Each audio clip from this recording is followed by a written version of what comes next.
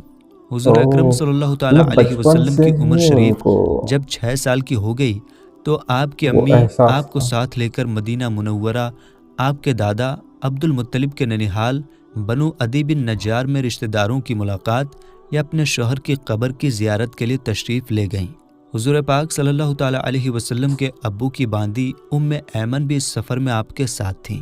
وہاں سے لوٹتے وقت ابوا نامی گاؤں میں آپ صلی اللہ تعالی علیہ وسلم کی امی حضرت بی بی آمنہ رضی اللہ تعالی عنہا کی وفات ہو گئی اور ان کو وہیں دفن کیا گیا۔ باپ کا سایہ تو پیدائش سے پہلے ہی سر سے اٹھ چکا تھا، اور اب امی کا بھی انتقال ہو گیا۔ امی کی وفات کے بعد حضرت ام ایمن رضی اللہ تعالی عنہا آپ صلی اللہ تعالی علیہ وسلم کو مکہ مکرمہ لائیں اور آپ کے دادا عبد المطلب کے حوالے کر دیا، اور دادا نے آپ کو بہت ہی محبت کے ساتھ پالنا شروع کیا،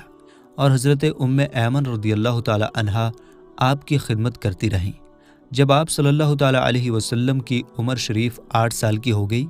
تو آپ کے دادا عبد المطلب کا بھی انتقال ہو گیا۔ آپ کے دادا کے انتقال کے بعد آپ صلی اللہ تعالی علیہ وسلم کے چچا ابو طالب نے آپ کو پالنا شروع کیا، اور حضور پاک صلی اللہ تعالی علیہ وسلم کی نیک عادتوں اور دل لبھا دینے والی بچپن کی پیاری پیاری اداؤں نے ابو طالب کو آپ صلی اللہ تعالیٰ علیہ وسلم کا ایسا دیوانہ بنا دیا کہ گھر کے اندر اور باہر ہر وقت وہ آپ کو اپنے ساتھ ہی رکھتے،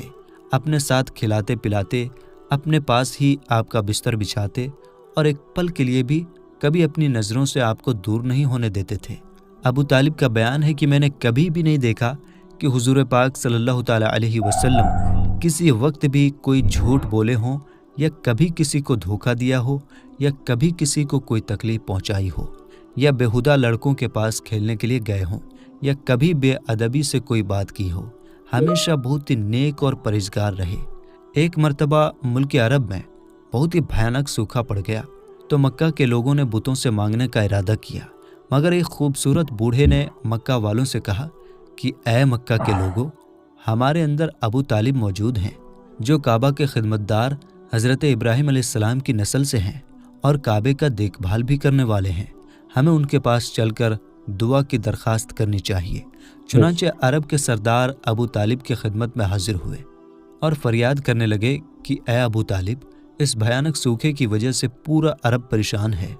جانور گھاس پانی کے لیے ترس رہے ہیں اور انسان دانہ پانی نہ ملنے سے تڑپ تڑپ کر دم توڑ رہے ہیں،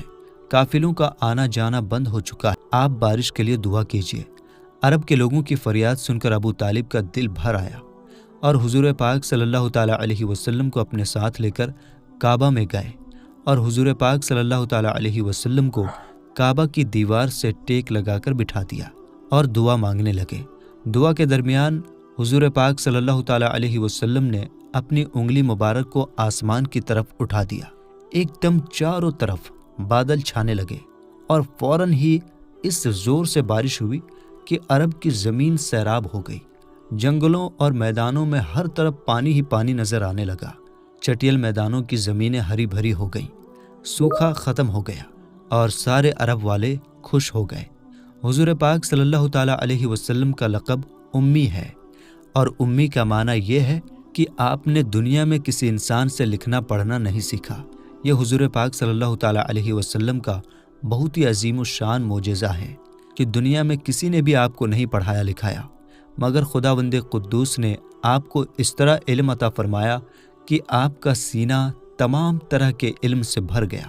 اور آپ پر ایسی کتاب نازل ہوئی جس میں ہر چیز کا روشن بیان ہے۔ جب حضور پاک صلی اللہ تعالیٰ علیہ وسلم کی عمر شریف 12 سال کی ہوئی تو اس وقت ابو طالب نے تجارت کی غرض سے یعنی بزنس کے سلسلے میں ملک شام کا سفر کیا۔ ابو طالب کو جو کہ حضور پاک صلی اللہ تعالیٰ علیہ وسلم سے بہت ہی زیادہ محبت تھی، اس لیے وہ آپ کو بھی اس سفر میں اپنے ساتھ لے گئے۔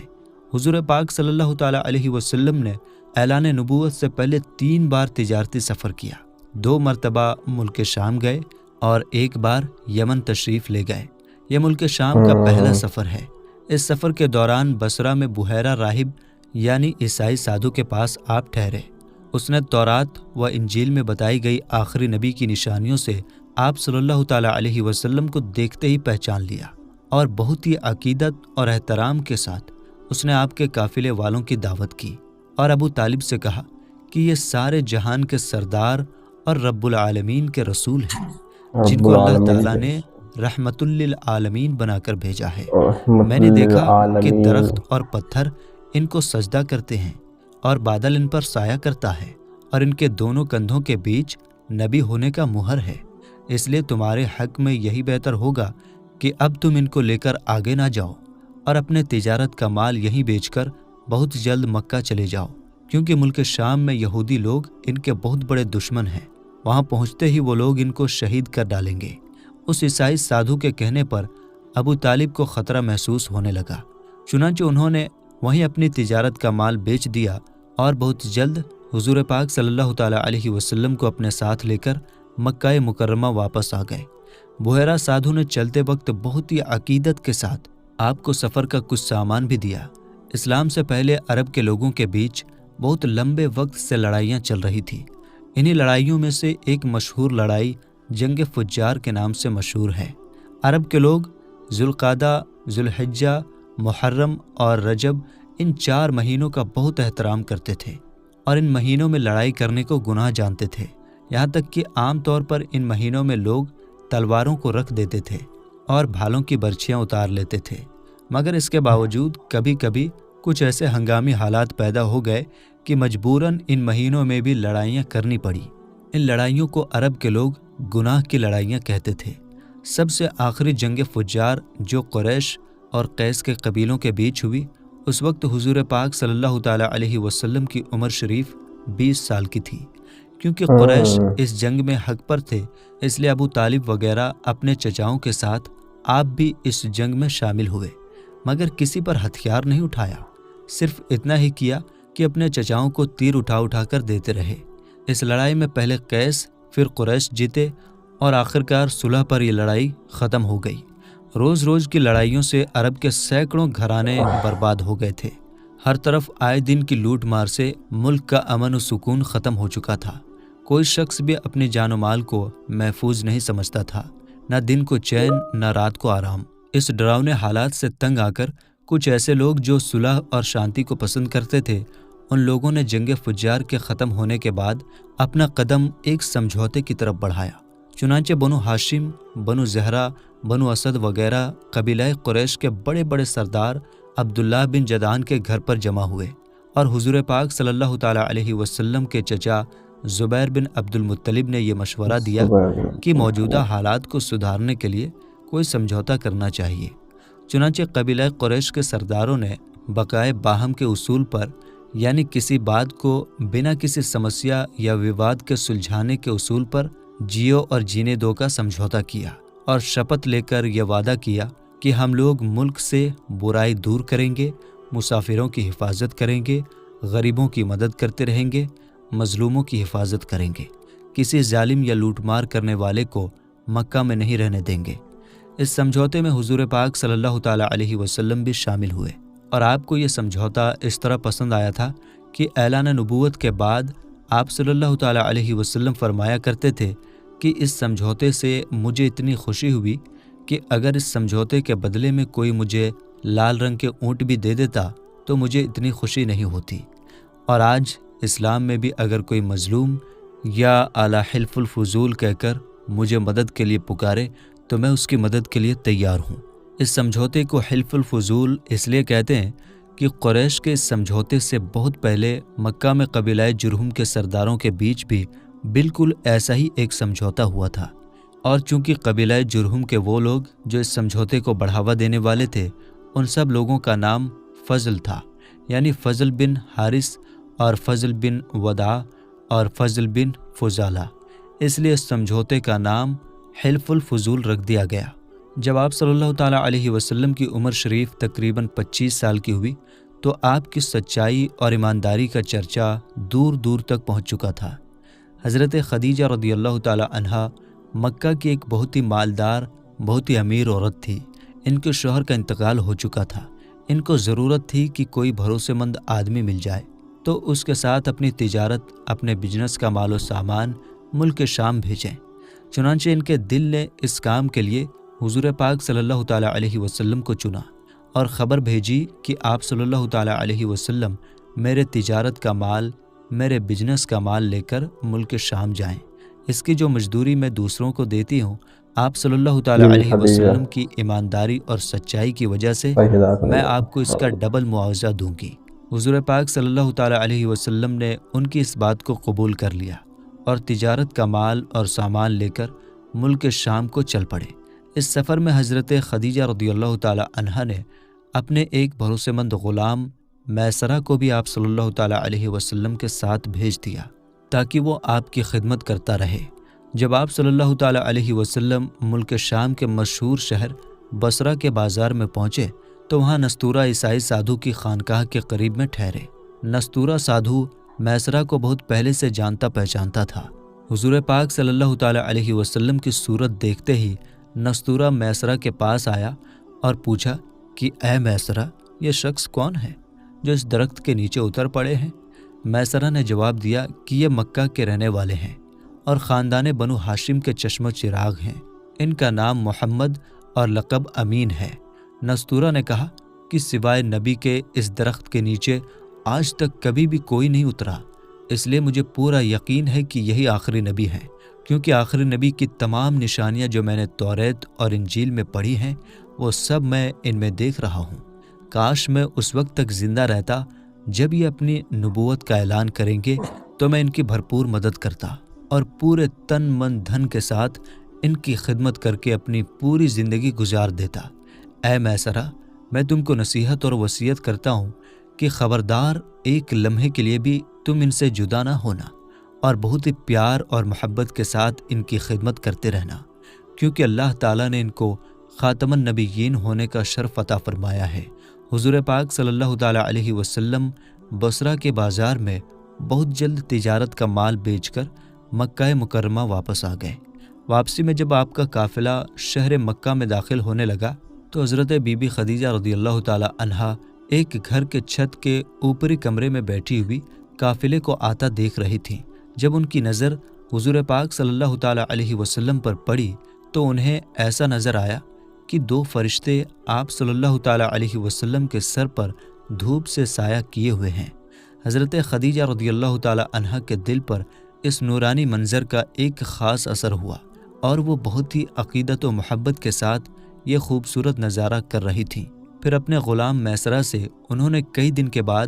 اس کا ذکر کیا تو میسرہ نے بتایا کہ میں تو پورے سفر میں یہی منظر دیکھتا رہا ہوں، اور اس کے علاوہ میں نے ان کے بارے میں بہت سی عجیب و غریب باتیں سنی ہیں۔ پھر میسرہ نے عیسائی سادھو نستورہ کی ہوئی باتیں اور اس کی عقیدت و محبت کے بارے میں بھی بتایا۔ یہ سن کر حضرت بی بی خدیجہ رضی اللہ تعالیٰ عنہا کو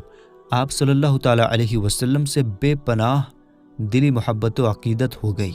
اور یہاں تک کہ ان کا دل جھک گیا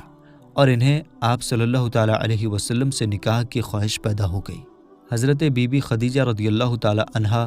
امیر ہونے کے ساتھ ساتھ بہت ہی شریف، نیک اور پارسا عورت تھیں۔ مکہ کے لوگ ان کی پاک دامنی اور پارسائی کی وجہ سے ان کو طاہرہ یعنی پاک باز کہا کرتے تھے۔ ان کی عمر 40 سال کی ہو چکی تھی۔ پہلے ان کا نکاح ابو حالہ بن زرارہ تمیمی سے ہوا تھا اور ان سے 2 لڑکے ہند بن ابو حالہ اور حالہ بن ابو حالہ پیدا ہو چکے تھے۔ پھر ابو حالہ کے انتقال کے بعد حضرت خدیجہ رضی اللہ تعالیٰ عنہا نے دوسرا نکاح عتیق بن عابد مخزومی سے کیا۔ ان سے بھی 2 اولاد ہوئی، ایک لڑکا عبداللہ بن عتیق اور ایک لڑکی ہند بنت عتیق۔ حضرت خدیجہ رضی اللہ تعالیٰ عنہا کے دوسرے شوہر عتیق کا بھی انتقال ہو چکا تھا۔ قریش کے بڑے بڑے سردار ان کے ساتھ نکاح کے خواہش مند تھے، لیکن انہوں نے سب پیغاموں کو ٹھکرا دیا، مگر حضور اقدس صلی اللہ تعالیٰ علیہ وسلم کے پیغمبرانہ اخلاق و عادات کو دیکھ کر اور آپ صلی اللہ تعالیٰ علیہ وسلم کے حیران کر دینے والے حالات کو سن کر یہاں تک ان کا دل آپ کی طرف مائل ہو گیا، یعنی جھک گیا کہ خود بخود ان کے دل میں آپ سے نکاح کی خواہش پیدا ہو گئی۔ کہاں تو بڑے بڑے مالداروں اور شہر مکہ کے سرداروں کے پیغام کو ٹھکرا چکی تھیں اور یہ طے کر چکی تھیں کہ اب 40 سال کی عمر میں تیسرا نکاح نہیں کروں گی، اور کہاں خود حضور پاک صلی اللہ تعالیٰ علیہ وسلم کی پھوپھی حضرت صفیہ رضی اللہ تعالیٰ عنہا کو بلایا، جو ان کے بھائی عوام بن خویلد کی بیوی تھیں۔ ان سے حضور پاک صلی اللہ تعالیٰ علیہ وسلم ذاتی حالات کے بارے میں اور جانکاری حاصل کی۔ پھر نفیسہ بنت امیہ کے ذریعے خود ہی حضور صلی اللہ تعالیٰ علیہ وسلم کے پاس نکاح کا پیغام بھیجا۔ مشہور امام سیرت محمد بن اسحاق نے لکھا ہے کہ اس رشتے کو پسند کرنے کی جو وجہ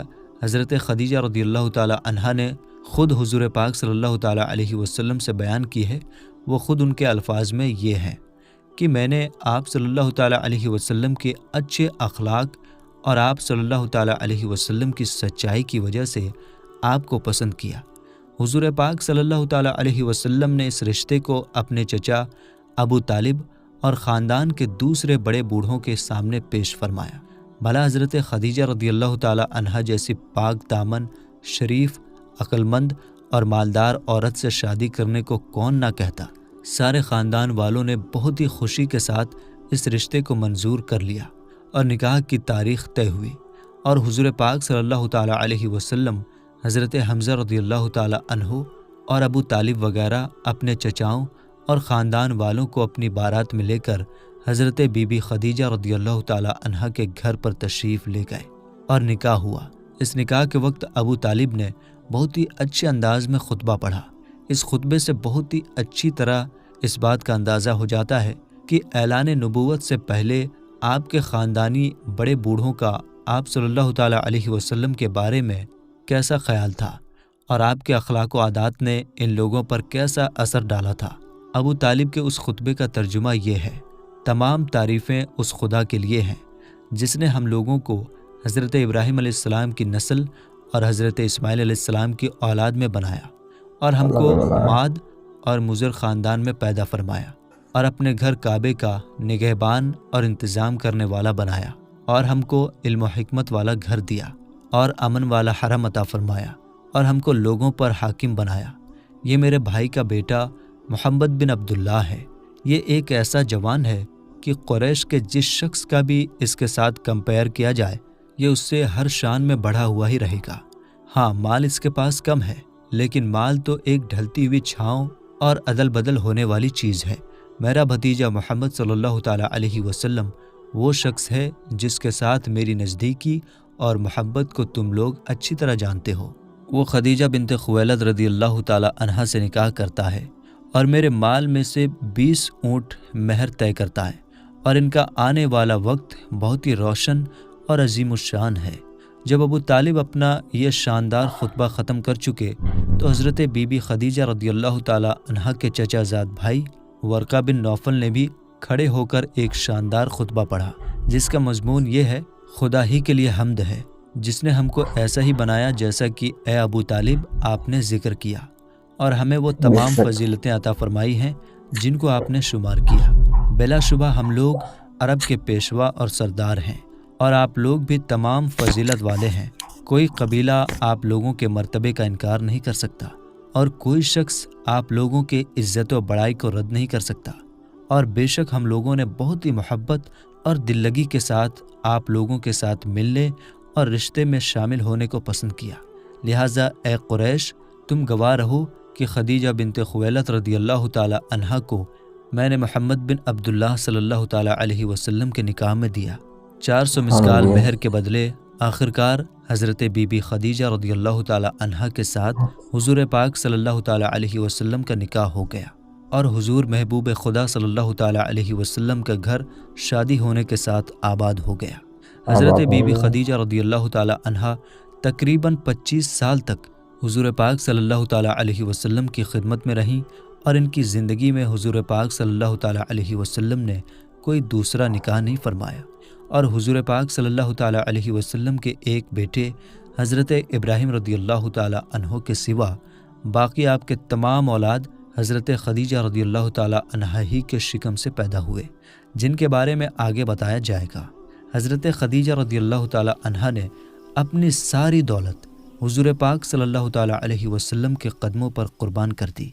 اور اپنی ساری عمر حضور پاک صلی اللہ تعالیٰ علیہ وسلم کے غم اور خدمت میں شریک ہو کر نچھاور کر دی۔ آپ صلی اللہ تعالیٰ علیہ وسلم کی سچائی اور ایمانداری کی بدولت اللہ تعالیٰ نے آپ صلی اللہ تعالیٰ علیہ وسلم کو اس طرح لوگوں کا پسندیدہ بنا دیا اور عقل مندی کا ایسا جوہر عطا فرما دیا کہ کم عمر میں ہی آپ صلی اللہ تعالیٰ علیہ وسلم نے عرب کے بڑے بڑے سرداروں کے جھگڑوں کا ایسا لاجواب فیصلہ فرما دیا کہ بڑے بڑے دانشوروں اور سرداروں نے اس فیصلے کی عظمت کے آگے سر جھکا دیا، اور سب نے ایک جٹ ہو کر آپ صلی اللہ تعالیٰ علیہ وسلم کو اپنا سردار مان لیا۔ چنانچہ اس قسم کا ایک واقعہ